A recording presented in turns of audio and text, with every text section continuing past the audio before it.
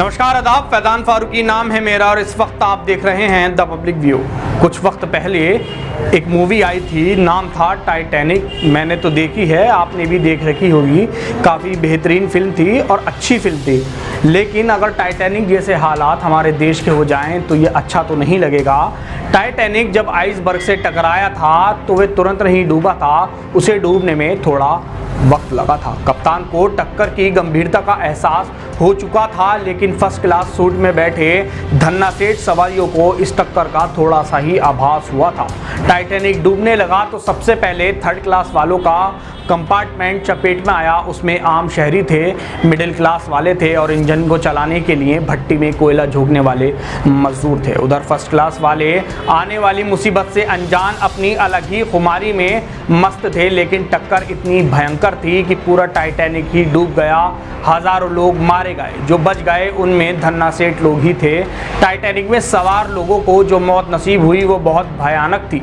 किसी ने सोचा भी ना था कि एक आलीशान जहाज में जिंदगी के मजे लेते लोग ठंडे पानी में खड़े खड़े जम जाएंगे।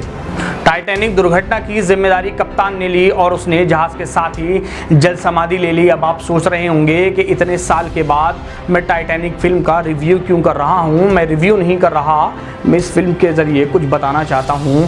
अब हमारे देश के प्रधानमंत्री से मिलिए। प्रधानमंत्री जी ने अच्छी खासी दौड़ रही अर्थव्यवस्था यानी टाइटैनिक को नोटबंदी और जीएसटी नामक दो आइसबर्गों से भिड़ा दिया।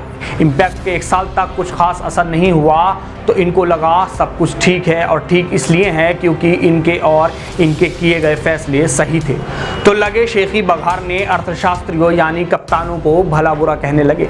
लेकिन हाय रे किस्मत, टाइटैनिक अभी नोटबंदी और जीएसटी के झटके से उभरा भी नहीं था कि कोरोना नामक आइसबर्ग रास्ते में आ गया। विपक्ष ने चेताया भी कि सामने आइसबर्ग है, लेकिन साहब तो हुनर हाट में लिट्टी चोखा खाने में मस्त थे और जहाज टकरा गया। भाई साहब घर में बैठकर उल जुलूल हरकतें करवाने लगे। कभी ताली बजवाई तो कभी थाली तो कभी घंटा, दिए मशाल सब जलवा दिए। सब बेकार रहा। नतीजा आधे करोड़ से ज़्यादा लोग संक्रमित हो गए, 66,000 लोग मारे गए, करोड़ों लोगों की नौकरियां चली गईं, लाखों लोग शहरों को छोड़कर वापस गांव चले आए।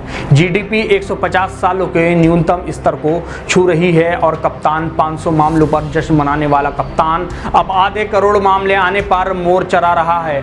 अब जीडीपी को बढ़ाने के लिए साहब कौन सा पैतरा आजमाते हैं, ना जाने अब क्या बजवाएंगे और क्या जलवाएंगे। और इन सब के बाद में कुछ नहीं बचा तो फिर आखिरी रास्ता बाबा के ताबीज़ का ही रह जाता है। तो इंतज़ार कीजिए जीडीपी के बढ़ने का और देखते रहिए हमारा चैनल द पब्लिक व्यू।